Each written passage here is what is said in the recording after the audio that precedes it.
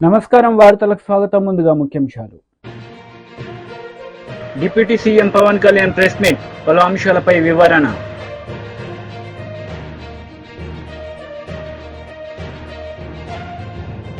Mandakrishna Madiga press meet, పలు అంశాలపై వివరణ. Deputy CM Pawan Kalyan press meet నిర్వహించారు. ఈ సందర్భంగా పలు అంశాలపై ఆయన మాట్లాడారు. అందరికీ నా హృదయపూర్వక నమస్కారాలు. కూటమి ప్రభుత్వం అధికారంలోకి వచ్చి దాదాపు 60 రోజులు కావస్తుంది. నేను పంచాయతీరాజ్ శాఖ, అటవీ శాఖ బాధ్యతలు స్వీకరించిన తర్వాత పంచాయతీ శాఖకు సంబంధించి చాలా రివ్యూలు చేశాం. రూరల్ వాటర్ సప్లై, రోడ్లకు సంబంధించి చాలా రిపోర్ట్స్లో తెలియజేస్తూనే వచ్చాను. ఏ స్థాయిలో నిధులు సరిగ్గా పంపిణీ జరగలేదు, వచ్చినా దాని దుర్వినియోగం జరిగినాయి. ఈ పరిస్థితుల్లో కూటమి ప్రభుత్వం చాలా చిత్తశుద్ధితోటి ఈ పంచాయతీరాజ్ వ్యవస్థని బలోపేతం చేయాలి అని చెప్పి చాలా బలమైన నిర్ణయం తీసుకున్నాం. దాంట్లో భాగంగానే 3 కీలకమైన నిర్ణయాలు తీసుకున్నాం. ఒకటి, ఆగస్టు 15 ఈ జెండా పండుగకి సంబంధించి. 2, మనకి జాతీయ ఉపాధి హామీ పథకానికి సంబంధించి ఒకటే రోజున 13,326 పంచాయతీల్లో గ్రామసభ తీర్మానాలు జరగాలి. ఆ దిశగా అడుగులు వేస్తూ ఉన్నాం. ఈ గ్రామసభ తీర్మానం అంటే ఏంటంటే, జాతీయ ఉపాధి హామీ పథకం ద్వారా వచ్చే కేటాయించిన పనులకు కానీ నిధులకు కానీ ఆ ప్రజాప్రతినిధులు, ఆ ఎమ్మెల్యేలు కానీ, గ్రామ సర్పంచులు కానీ, పంచాయతీ సర్పంచులు కానీ, ఆ పంచాయతీలో ఉన్న ప్రజలు కూడా అందరూ ఏకగ్రీవంగా అంటే ఏ పనులు జరగాలి, జాతీయ ఉపాధి హామీ పథకానికి సంబంధించిన ఆ పనులకి మన గ్రామాల్లో ఏ పనులు జరగాలి, ఏ పనులకి ఆ నిధులు కేటాయించాలి, ఈ దృష్టిలో గ్రామసభ తీర్మానం జరుగుతుంది. విడివిడిగా కాకుండా ఒకటే రోజున 13,326 పంచాయతీల్లో ఒకటే రోజున గ్రామసభ తీర్మానాలు జరగాలని కీలకంగా ఆదేశించడం అయినది. ఆ విధంగా ముందు ఒకటి చేస్తూ ఉన్నాం. రెండవది, జల్ జీవన్ మిషన్, అంటే ప్రతి ఇంటికి కుళాయి అనేది ప్రధానమంత్రి గారి ఆకాంక్ష, ఆశయం. ఏ ప్రభుత్వం కనీసం మానవ హక్కు ఇది. అలాంటి జల్ జీవన్ మిషన్కి సంబంధించి గత 5 సంవత్సరాలుగా ఎక్కడ కూడా సంతృప్తికరంగా గత ప్రభుత్వం చేయలేదు. రాష్ట్రంలో గ్రామీణ తాగునీటి సరఫరా ఇది అసలు ఏ స్థాయిలో ఉంది? ఉదాహరణకి జల్ జీవన్ మిషన్ కింద ఒక దాదాపు 27,000 కోట్లు ఖర్చు చేయాల్సి వస్తే గత ప్రభుత్వం 4,000 కోట్లే ఖర్చు చేస్తుంది. ఆ 4,000 కోట్లు ఖర్చు కూడా పెట్టిన విధానం ఏ స్థాయిలో ఉంది? నిజంగా నీటి సరఫరా అవుతుందా? ఉదాహరణకి చాలామంది ఎమ్మెల్యేలు అందరూ కూడా నా దృష్టికి తీసుకొచ్చినా కూడా నాకు వాళ్ళు ఇచ్చే ఈ పిటిషన్స్ కానీ ఇవన్నీ కూడా ఏం తెలియజేస్తున్నాయంటే, పంచాయతీల్లో కానీ గ్రామాల్లో కానీ జేజే మిషన్ కింద పైప్ లైన్లు వేశారు, కానీ దానికి ఆ నీటి సరఫరా ఉండే ఇది లేదు, దానికి వాటర్ సోర్స్ లేకుండా పైప్ వేసి వెళ్ళిపోయారు. అంటే దీని వెనక ఏమనిపించిందో, నిజంగా ఏదైనా వీళ్ళు డబ్బులు చేసుకోవడానికి పైప్ లైన్లు వేసి వదిలేశారన్నది ఆలోచన వచ్చి దాని మీద ఏం ఆదేశించాం పంచాయతీరాజ్ శాఖ ఉన్నతాధికారులందరినీ ఏంటంటే, అసలు రాష్ట్రంలో గ్రామీణ తాగునీటి సరఫరా పరిస్థితి ఎలా ఉంది, ఎన్ని గ్రామాలకి పైప్ లైన్స్ బాగున్నాయి, నీటి సరఫరా స్థాయి ఎలా ఉంది, రోజుకి ఎన్ని లీటర్లు నీళ్ళు వస్తున్నాయి, అలాగే ప్రస్తుత పరిస్థితి తెలుసుకోవడానికి దాదాపు ఒక 12 అంశాల మీద మేము సర్వే చేయమని ఆదేశించాం. దీన్ని పల్స్ సర్వేగా మీ దృష్టికి తీసుకొస్తున్నాం. ఇది పల్స్ సర్వే చేపడుతున్నాం. దీంట్లో వచ్చిన డేటా ఆధారంగా జల్ జీవన్ మిషన్ని కూటమి ప్రభుత్వ ఆధ్వర్యంలో అత్యంత పకడ్బందీగా ప్రణాళిక రచన చేయడానికి ఈ సర్వే నిర్వహిస్తున్నాం. ఒకసారి ఈ డేటా పాయింట్స్ అన్నీ రాగానే ఏ పంచాయతీల్లో నీళ్ళు వస్తున్నాయి, ఏ పంచాయతీల్లో పైప్ లైన్లు డ్యామేజ్ అయినాయి, అసలు గత ప్రభుత్వం చేసిన 4,000 కోట్ల రూపాయల ఖర్చు నిజంగా ఆ ఉద్దేశింప పనులకి జరిగిందా లేదా, వీటన్నిటిని కూడా ఈ పల్స్ సర్వేలు మనకి తెలిసి వస్తాయి. దీని సమూలంగా ప్రజలందరికీ సమీప భవిష్యత్తులో తెలియజేస్తాను. అలాగే గ్రామ పంచాయతీలు, పంచాయతీరాజ్ వ్యవస్థ బలోపేతం కావాలంటే సర్పంచ్ వ్యవస్థ చాలా కీలకమైంది.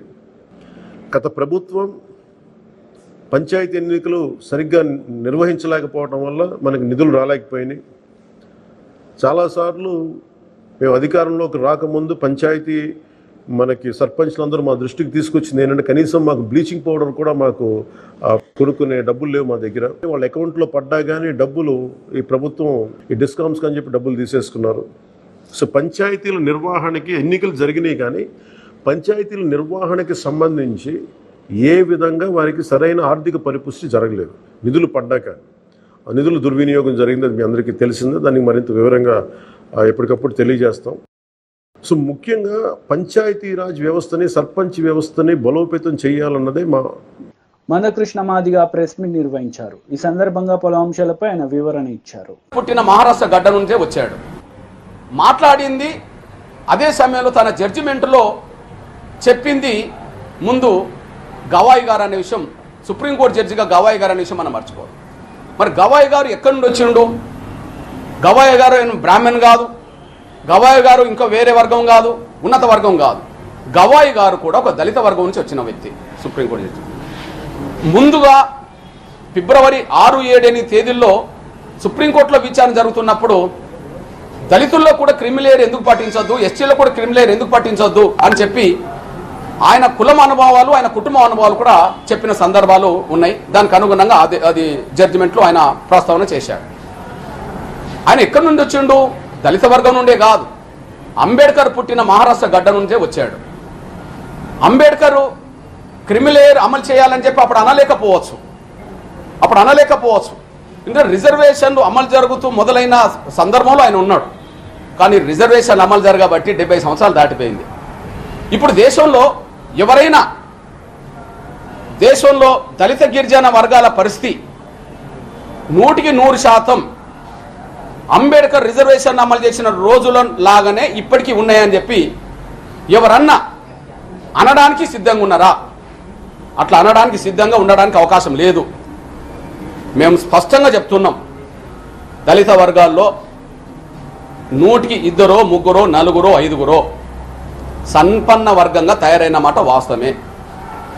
దళిత వర్గాల్లో 100కి 1, 2, 3, 4 సంపన్న వర్గంగా తయారైన మాట వాస్తవమే. ఇప్పుడు ఆ దళితుల్లోనే సంపన్న వర్గాలకు సంబంధించిన కుటుంబాలకు, ఆ దళిత గిరిజన వర్గాల్లోనే అత్యంత పేద కుటుంబాలకు మధ్యలో రిజర్వేషన్లు అమలు చేసుకునే విషయం వచ్చినప్పుడు, రిజర్వేషన్లు పొందే విషయం వచ్చినప్పుడు ఎవరైతే దశాబ్దాల కాలంగా రిజర్వేషన్ల ఫలాలు పొందుతూ రాజకీయంగా ఉద్యోగపరంగా ఎవరైతే తిష్ట వేశారో వాళ్ళ కుటుంబాలకు మాత్రమే మేలు జరగడానికి అవకాశం ఉన్నది.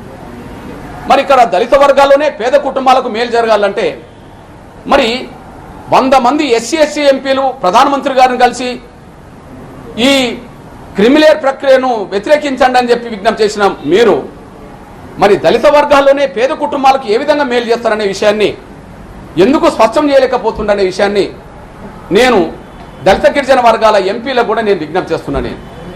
అందులో భాగంగానే మేము స్పష్టం చేసేది ఏంటంటే ఈరోజు ఎవరైతే 100 మంది ఎంపీలు ఉన్నారో లేదా దళిత గిరిజన వర్గాల నుంచి రిజర్వేషన్ల పేరుతో ఎంతమంది ఎంపీలు అయితే ఇప్పుడు పార్లమెంట్లో తీసేశారో వాళ్ళందరూ ఈ దేశంలో వివిధ రాష్ట్రాల్లో ఇప్పటికే 7 దశాబ్దాలుగా రిజర్వేషన్ల ఫలాలు పొందుతున్న కులాల నుంచి, కుటుంబాల నుంచి మాత్రమే వచ్చిన వాళ్ళు ఇప్పుడు పార్లమెంటును కబ్జా చేశారు. ఎస్సీ వర్గాల నుంచి దేశంలో ఏ రాష్ట్రంలో రిజర్వేషన్ల ఫలాలు ఎక్కువ పొందుతున్నారో, ఎక్కువ లబ్ధిదారులు ఉన్నారో ఆ కులాల నుంచే కొన్ని కుటుంబాలు పార్లమెంట్లో తీసేసినాయి. ఇప్పుడు అక్కడ ఎల్లకాలం రిజర్వేషన్ల ఫలాలు మా కుటుంబాలకి అందాలనే ఎదిగిన కులాలకు సంబంధించిన వాళ్ళే క్రిమిలేయర్ గురించి వ్యతిరేకిస్తూ మాట్లాడుతున్నారు. కానీ మరి దళిత గిరిజన వర్గాల్లో పేద కుటుంబాలకు మేలు చేసే సూచనలు కూడా వాళ్ళు చేయలేకపోతుండనే విషయం మేము స్పష్టం చేస్తున్నాం. ఉదాహరణకు నేను ఒక 4 కుటుంబాల గురించి మాట్లాడతాను. దయచేసి దేశంలో చర్చ జరగాలి. 4 కుటుంబాల గురించి మాట్లాడతాం. ఇప్పుడు ఉదాహరణకు తెలంగాణలో పెద్దపల్లి పార్లమెంట్ ఎస్సీ నియోజకవర్గం నుంచి ఇప్పుడు గెలిచింది గడ్డం వంశీ. వాళ్ళ తాత 4 దశాబ్దాలు 5 దశాబ్దాల క్రితమే వెంకటస్వామి గారు కూడా గెలిచాడు. గెలుచుకుంటూ కేంద్ర స్థాయికి దాకా వచ్చేసాడు. అదే సమయంలో ఇప్పుడు గడ్డం వంశీ గారి తండ్రి కూడా ఎంపీగా గెలిచాడు. ఇప్పుడు తాతల కాలం నుంచి పెద్దపల్లి తండ్రుల కాలం నుంచి మనమల కాలం కాడికి వాళ్ళ చేతిలో ఉన్నది. ఇప్పుడు వాళ్ళను పేదలుగా చూస్తామా? వాళ్ళు ఉన్నత వర్గాల్లో సంపన్న వర్గాలు ఎట్లయితే ఎదిగిందంటున్నామో దళిత వర్గాల్లో సంపన్న కుటుంబంగా వెంకటస్వామి కుటుంబం ఎదగలేదని చెప్పగలుగుతామా? తాత, తండ్రి, తను అంటే 3-4 తరాలకు సంబంధించిన వాళ్ళ చేతిలోనే ఒక నియోజకవర్గం ఉంటే పోనీ అదే మాలల నుంచి పేద కుటుంబం రావడానికి అవకాశం ఉన్నదా? మాదిగల నుంచి వాళ్ళను ఎదుర్కొనే శక్తి ఉంటుందా? ఉండడానికి అవకాశం లేదు. నేనంటున్నా అది సంపన్న వర్గమా కాదా? క్రిమిలేర్ వద్ద అంటుండ్రు. మరి మీరు సంపన్న వర్గమే కదా, మరి సంపన్న వర్గం చేతిలోనే మొత్తం రిజర్వేషన్ల ఫలాలు పొందేదానికి మాత్రమే లైసెన్సా? టీడీపీ లీడర్ మీడియా సమావేశం నిర్వహించారు. ఈ సందర్భంగా పలు అంశాలపై ఆయన మాట్లాడారు. అదేవిధంగా ఏదైతే ఈ పెద్దిరెడ్డి గారి పిఏ ఉన్నాడో శశిధర్, ఆయన నెంబర్ 1 అయితే నెంబర్ 2 ఈ ఎమ్మెల్యే కైలా అనిల్ కుమార్ గారిని కూడా నేను తెలియజేస్తున్నా. మాజీ ఎమ్మెల్యే, అయ్యప్ప సొసైటీ హైదరాబాద్లోని అయ్యప్ప సొసైటీ ఈ కైలా అనిల్ కుమార్ గారి అపార్ట్మెంట్. అక్కడ ఈ శశిధర్ ఒక తాళం పెట్టుకునే అపార్ట్మెంట్లో 2వ తాళం ఈ అనిల్ కుమార్ గారి చేతిలో. వీళ్ళిద్దరు కూడా దాదాపుగా 4 సంవత్సరాలు ఈ హైదరాబాదులో నివాసం ఉంటూ హైదరాబాదులో, ఆంధ్ర రాష్ట్రంలో, అదేవిధంగా పామర్ నియోజకవర్గంలో కూడా ఈ పెద్దిరెడ్డి గారికి బినామీలుగా ఉన్నారు అని కూడా మీ అందరికీ తెలియజేస్తున్నా. మచ్చుగ్గా ఒక ఉదాహరణ, కేవలం 5,35,000 వార్షిక ఆదాయం ఉంది నాకు అని ఎఫిడవిట్లో పొందుపరిచారు మాజీ ఎమ్మెల్యే కైలా అనిల్ కుమార్ గారు. అయితే ఇదే పామరు నియోజకవర్గంలో ఆయనకున్న ఆస్తుల గురించి చెప్తే అందరూ అవాక్ అవ్వాల్సిందే. హైదరాబాదులో లోటస్ పాండ్ ఉన్న విధంగా, మాజీ ముఖ్యమంత్రి తాడే ప్యాలెస్ తలదన్నే విధంగా పామరు నియోజకవర్గంలో ఒక ఇంద్రప్రస్థానం కట్టుకున్నాడు ఈ మాజీ ఎమ్మెల్యే కైలా అనిల్ కుమార్. దానికి డబ్బులు ఎక్కడివి? 12 కోట్ల వ్యయం నీకెక్కడిది? 5 లక్షల ఆర్థిక వార్షిక ఆదాయం అన్నావు, మరి 12 కోట్ల వ్యయంతో ఎలా మినీ లోటస్ పాండ్ ఇన్ పామర్ కట్టావని ప్రశ్నిస్తున్నాం. అదేవిధంగా పామరు నియోజకవర్గంలో పెదపారపూడి మండలంలో పాములపాడనే గ్రామంలో మిస్సెస్ కైలా అనిల్ కుమార్ పేరు మీద 11 ఎకరాల 29 సెంట్ల భూమి ఉంది. ఎన్నికల 3 సంవత్సరాలుగా కొన్నావు. అదేవిధంగా ఈరోజు ఎన్నికలకు ముందే అఫిడవిట్లో పొందుపరచాల్సి వస్తుందని ఈ బినామీది మొత్తం కూడా అమ్మేశావు. సూటిగా ప్రశ్నిస్తున్నా, దీనికి సమాధానం చెప్పే ధైర్యం కైలా అనిల్ కుమార్కి ఉందా? దీన్ని పొందుపరిచావు, ముందుగానే అమ్మేశావు. ఇదంతా కూడా పెద్దిరెడ్డి రామచంద్రారెడ్డి బినామీ కాబట్టే ఆయన డబ్బులతో ఈ భాగవతం జరిగిందని నేను తెలియజేస్తున్నా. అంతేకాదు, ఇవి కూడా చూడండి, ఆయన అఫిడవిట్లో రీసెంట్ ఎన్నికల్లో ఆయన అఫిడవిట్లో పొందుపరిచింది మల్లవల్లి బాపులపాడు మండలం మల్లవల్లి గ్రామంలో సర్వే నంబర్ 197/6లో ఆయన బ్రహ్మాండమైన స్థలం కొనుక్కున్నాడు. దానికి డబ్బులు ఎక్కడివి? అదేవిధంగా వైసీపీ లీడర్ మీడియా సమావేశం నిర్వహించారు. ఈ సందర్భంగా పలు అంశాలపై ఆయన మాట్లాడారు. ఇదే ఒక నిదర్శనంగా మనందరం కూడా భావించాలి. రాష్ట్రానికే తలమానికంగా ఉన్న అంబేద్కర్ మీద దాడిని వైఎస్ఆర్ కాంగ్రెస్ పార్టీ తరపున రాజ్యాంగ అభిమానులు ఈ రాష్ట్రంలో ప్రజలందరూ కూడా ఖండిస్తా ఉన్నారని చెప్పి ఈ సందర్భంగా మనం చేస్తా ఉన్నాం. ఈ రోజు కూడా చంద్రబాబు నాయుడు గారికి డాక్టర్ బిఆర్ అంబేద్కర్ గారి మీద కానీ, డాక్టర్ బిఆర్ అంబేద్కర్ గారి భావజాలం మీద కానీ ఏ రోజు కూడా ఆయనకి ప్రేమున్న పరిస్థితులు ఉంటే, ఈ దాడి ఒకవేళ దుండగ ద్వారానే జరిగితే వెంటనే కూడా ఈ పార్టీకి చర్యలు తీసుకుని వాళ్ళని శిక్షించే విధంగా చేసేవాళ్ళు. కానీ ఇది చూస్తా ఉంటే ఈ దాడంతా కూడా ఈ రాష్ట్ర ప్రభుత్వం వెనుకుండే జరిగిందని చెప్పి కూడా ఈ సందర్భంగా తెలియజేసుకుంటా ఉన్నాను. అదేవిధంగా స్వరాజ్య మైదానంలో మొదటి నుంచి కూడా చంద్రబాబు నాయుడు గారికి అక్కడ అంబేద్కర్ గారి విగ్రహం పెట్టడానికి ఇష్టం లేదు. ఆయన ముఖ్యమంత్రిగా ఉన్నప్పుడు 5 సంవత్సరాలు రాజధానిలో డాక్టర్ బిఆర్ అంబేద్కర్ గారి విగ్రహాన్ని పెడతానని చెప్పారు. 5 సంవత్సరాలు కూడా మరిపించారు. 5 సంవత్సరాలు మరిపించిన తర్వాత మళ్ళీ ఎన్నికలకు వెళ్ళినప్పుడు ప్రజలు తిరస్కరించారు. తర్వాత జగన్మోహన్ రెడ్డి గారు వచ్చిన తర్వాత అత్యంత ప్రతిష్టాత్మకంగా స్వరాజ్ మైదానంలో 400 కోట్ల రూపాయలు ఖర్చు పెట్టి 400 కోట్ల రూపాయలు ఖర్చు పెట్టి అక్కడ విగ్రహాన్ని ఏర్పాటు చేస్తే ఆయనకి ఏంటంటే అంతకుముందు దీని అంతటికీ ఒక కారణం ఉంది.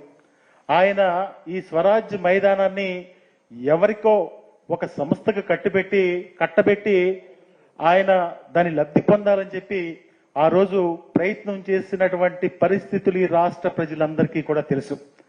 అప్పుడు మేధావులందరూ కూడా ఉద్యమం చేశారు. అక్కడ ప్రైవేట్ కంపెనీకి ఇవ్వొద్దని చెప్పి ఆ రోజు ఉద్యమాలు చేస్తే మీరు వెనక్కి వచ్చిన మాట వాస్తవం కాదా చంద్రబాబు నాయుడు గారు అని చెప్పి నేను ఈ సందర్భంగా మిమ్మల్ని మీ ద్వారా అడుగుతా ఉన్నా. నిజంగా డాక్టర్ బిఆర్ అంబేద్కర్ గారు ప్రపంచం అంతా కూడా ప్రపంచ మేధావి, ఎక్కడికి వెళ్ళినా కానీ ఈ భారతదేశంలో డాక్టర్ బిఆర్ అంబేద్కర్ గారు పుట్టారని చాలా గర్వంగా ఫీల్ అయ్యి ఏ దేశం వెళ్ళినా అక్కడికి చాలా గర్వంగా చెప్పుకునేటటువంటి డాక్టర్ బిఆర్ అంబేద్కర్ గారికి ఈ రాష్ట్రంలో రక్షణ లేకపోవడం, ఆయన స్మృతివనానికి కనీసం రక్షణ లేకపోవడం చాలా దారుణమైన విషయం అని చెప్పి ఈ సందర్భంగా గుర్తు చేస్తా ఉన్నాం. కనీసం చంద్రబాబు నాయుడు గారు 14 ముఖ్యమంత్రిగా ఉన్నప్పుడు ఏ రోజైనా డాక్టర్ బిఆర్ అంబేద్కర్ గారి స్మృతివనం కానీ డాక్టర్ బిఆర్ అంబేద్కర్ పేరు గుర్తు ఉండిపోయే విధంగా ఈ రాష్ట్రంలో ఎప్పుడన్నా కానీ ఏదైనా ఒక కార్యక్రమం చేశారని చెప్పి నేను మీ ద్వారా అడుగుతా ఉన్నాం. నిజంగా చంద్రబాబు నాయుడు గారు రోజు ఆ రోడ్డు అంటే తిరుగుతూ ఉంటారు. ఆ రోడ్లంటే తిరిగినప్పుడు కనీసం నాకు తెలిసి ఆ డాక్టర్ బిఆర్ అంబేద్కర్ వైపు ఒక్కసారి అటు చూసుండరు. కనీసం ఎప్పుడన్నా కానీ ఇంత పెద్ద స్మృతివనం ఉంది. సరే, అది ఎవరి ప్రభుత్వంలో కట్టారు, ఎవరు ప్రభుత్వంలో అది. బీజేపీ లీడర్ మీడియా సమావేశం నిర్వహించారు. ఈ సందర్భంగా పలు అంశాలపై ఆయన మాట్లాడారు. అవును, ఆరోపణ ఏంటంటే మీరు కేవలము బీహార్, ఆంధ్రప్రదేశ్ పేర్లే తీసుకున్నారు, కానీ అవును అది వేరే రాష్ట్రాలు తీసుకోలేదు. అంటే పేరు తీసుకున్నందువల్ల ఆ రాష్ట్రాలకు ఏమొచ్చు రాదని అది తప్పు. ఎందుకంటే బీహార్ ఈ 2 రాష్ట్రాలు విభజన అయినాయి. విభజన వల్ల వాళ్ళకి నష్టమైన రాష్ట్రాలు. ఎందుకంటే మన తెలంగాణ, ఆంధ్ర ఉన్నప్పుడు హైదరాబాద్ మొత్తం తెలంగాణకు వచ్చే వరకు ఆంధ్రాకు నష్టమైంది. అట్లనే బీహార్లో నిధులు, వనర, మన మైన్స్ ఇవన్నీ కూడా అక్కడ ఉండేది, ఎక్కడ జార్ఖండ్ ఉండేది. ఆ ఇన్కమ్ పోయింది. అయితే వీటికి ప్రత్యేకంగా చెప్పడం, వాళ్ళ పేరు తీసుకున్నారు కానీ వాళ్ళు ప్రత్యేకంగా చాలా గొప్పగా ఏమి ఇవ్వలేదు. అవును, అమరావతికి 15,000 కోట్లు ఇచ్చిండ్రు, కానీ ఇది మర్చిపోతుంది ఏంటంటే తెలంగాణకు 40,000 కోట్లు ఇచ్చిండ్రు. ఇప్పటివరకు ఇచ్చేసిండ్రు కూడా. అది ఇంకా మన ఫైనాన్స్ మంత్రి బట్టి విక్రమార్క గారు కూడా చెప్పిండ్రు. 35,000 కోట్లు ఈ గత 5-6 నెలల్లో 35,000 కోట్లు ఎఫ్ఆర్బిఎం హద్దులు దాటినా కూడా ఇక్కడ కాంగ్రెస్ ప్రభుత్వం, అక్కడ బీజేపీ ప్రభుత్వం అయినా కూడా బీజేపీ ప్రభుత్వం ఇక్కడ 35,000 కోట్లు ఇక్కడ ఇచ్చింది. ఎందుకంటే రాజకీయాలకు పక్కకు పెట్టి ఇది ఇవ్వకుంటే నిజంగానే మన రాష్ట్రం ఇబ్బందులు పడుతుంది. కరెంటుకు పైసలు ఉండయి, పెన్షన్లకు పైసలు ఉండయని 35,000 కోట్లు ఇచ్చింది.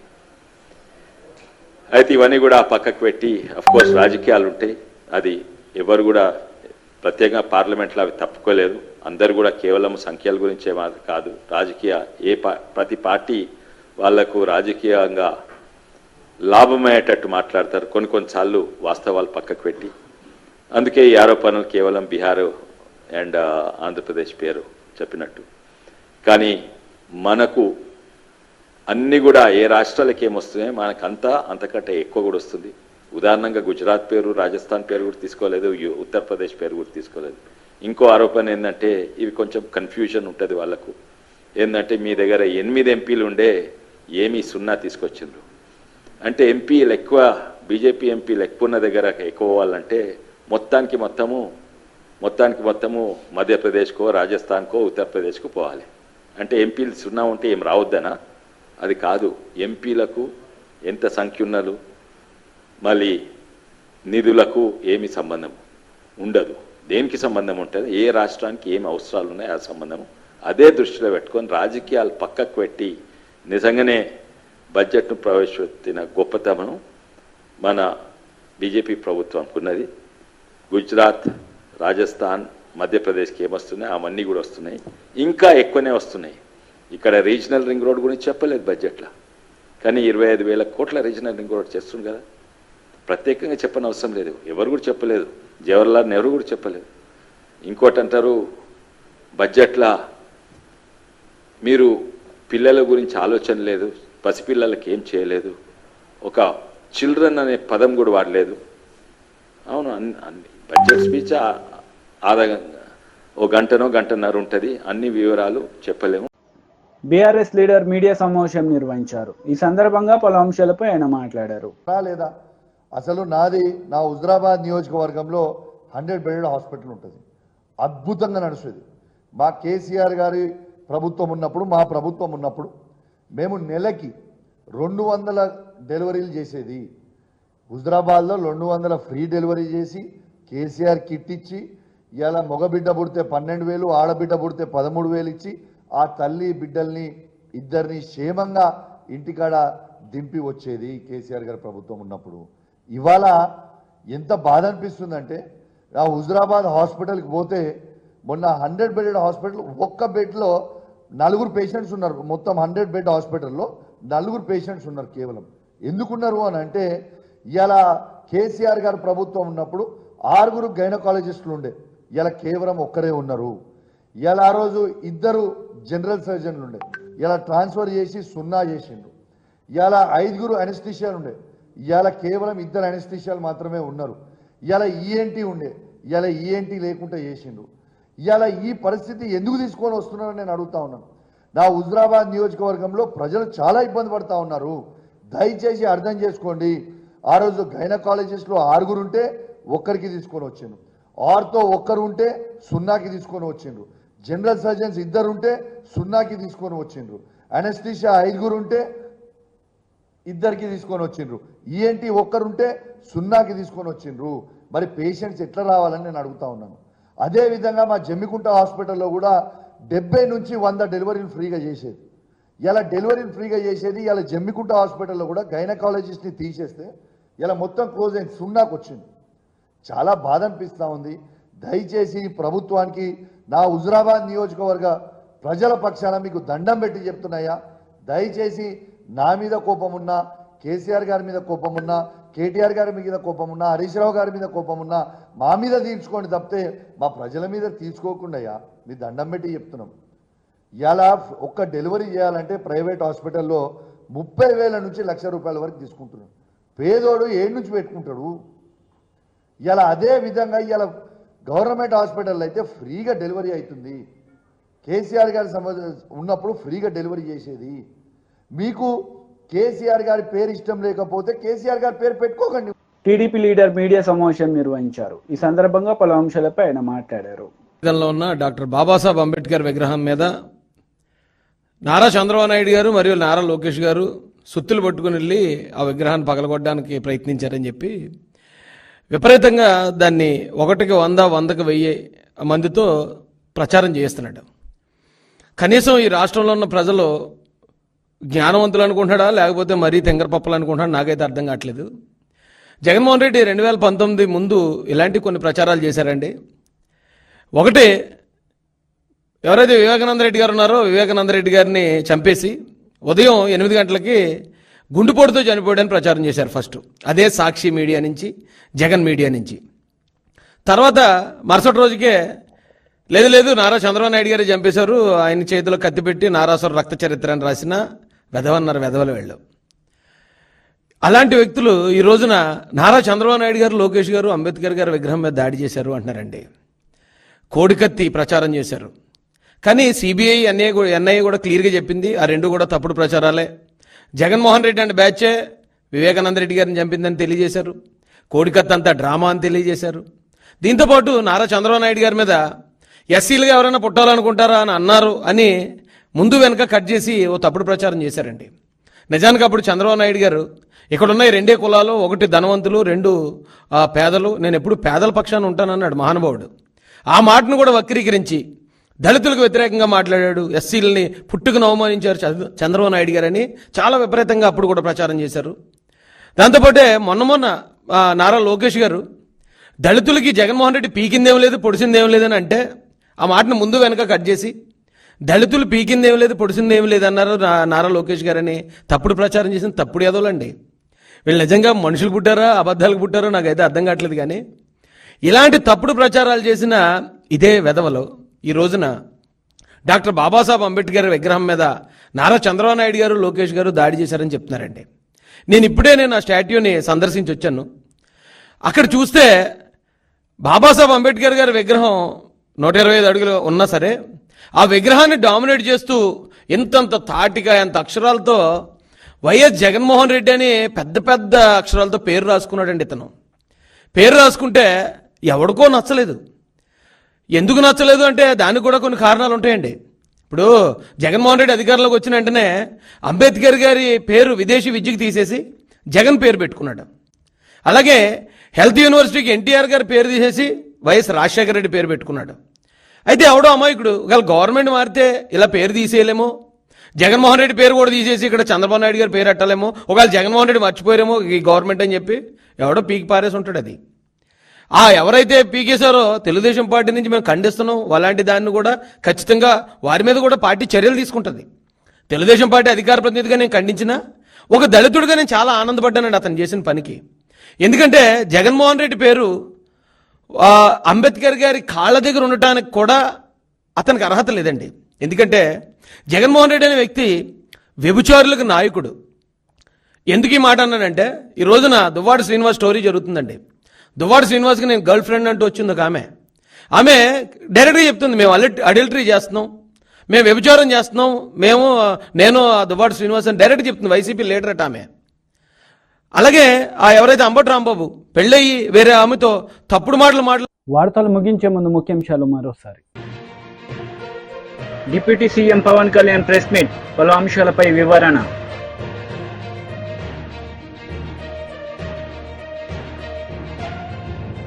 మందకృష్ణ మాదిగ ప్రెస్ మీట్, పలు అంశాలపై వివరణ. ఈ వార్తలు ఇంతటితో సమాప్తం. తిరిగి ప్రసారమయ్యే వార్తల్లో మళ్ళీ కలుద్దాం. అంతవరకు సెలవు. నమస్తే.